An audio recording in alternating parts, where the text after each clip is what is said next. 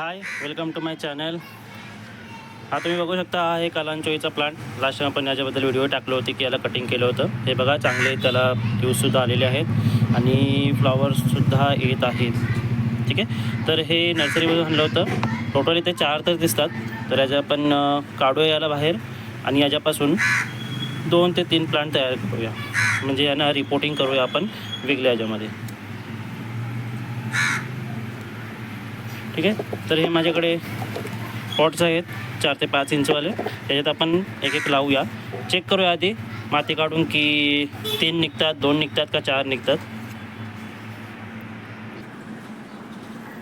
हा बघा, काढलेलं आहे मातीमधून मी एकदम आरामात. त्याची माती तुम्ही बघू शकता, एकदम भुसभुशीत आहे. म्हणजे जास्त वेळ पाणी ठेवू शकत नाही, ड्रेनेज माती आहे. ठीक आहे, एक प्लांट भेटलेला आहे आपल्याला.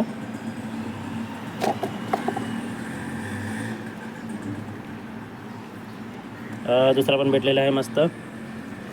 तिसरा मला वाटतं जॉईंट आहे. ठीक आहे, चेक करूया आपण.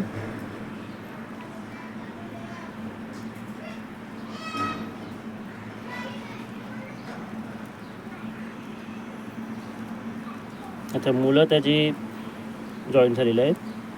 रूट्स आहेत ते एकमेकाला हे झाले होते. ठीक आहे, सर्वात आधी जे तुम्ही प्लांट काढलेलं आहे त्याची थोडी माती काढून त्याला फंगीसाईडमध्ये टाकायचं आहे. जर तुमच्याकडे फंगीसाईड नसेल तर तुम्ही हळदीच्या पाण्यामध्ये सुद्धा टाकू शकता त्याला. थोडं टाईम म्हणजे 2-3 मिनटं. ठीक आहे,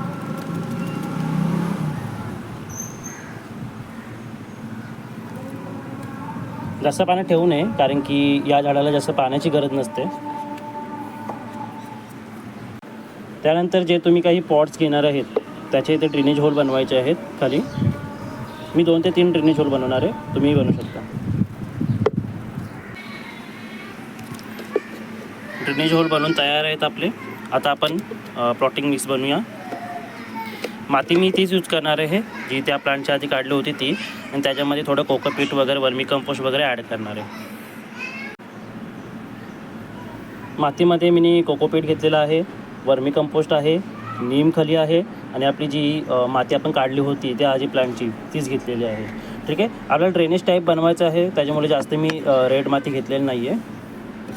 आणि पूर्ण चांगल्या प्रकारे मिक्स करायचं आहे.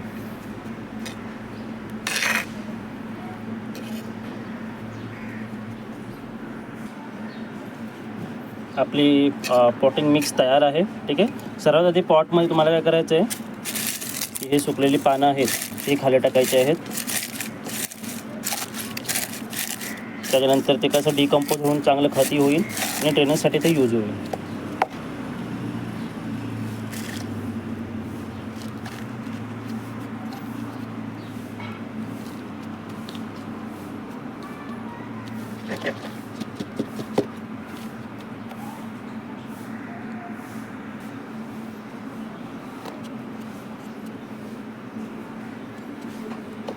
माती थोडी दाबून घ्यायची तुम्हाला.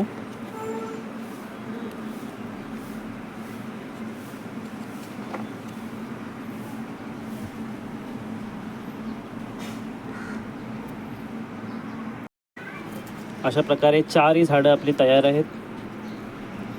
एका रोपपासून आपण 4 रोप केलेले आहेत. ठीक आहे, तर आता तुम्हाला याला पाणी द्यायचं आहे आणि एका चांगल्या सावलीदार जागेमध्ये ठेवायचं आहे, जास्त ते ऊन नसेल. कारण की आताच आपण त्यांना बाहेर काढून लावलेलं आहे, त्याच्यामुळे कसं आहे की रोप स्ट्रेसमध्ये येतो. त्याच्यामुळे कसं 1-2 दिवस तरी त्याला नॉर्मल सावलीमध्ये ठेवायचं आहे. नंतर तुम्ही जे नेहमीच्या जागेवर असतात तिथे तुम्ही ठेवू शकता.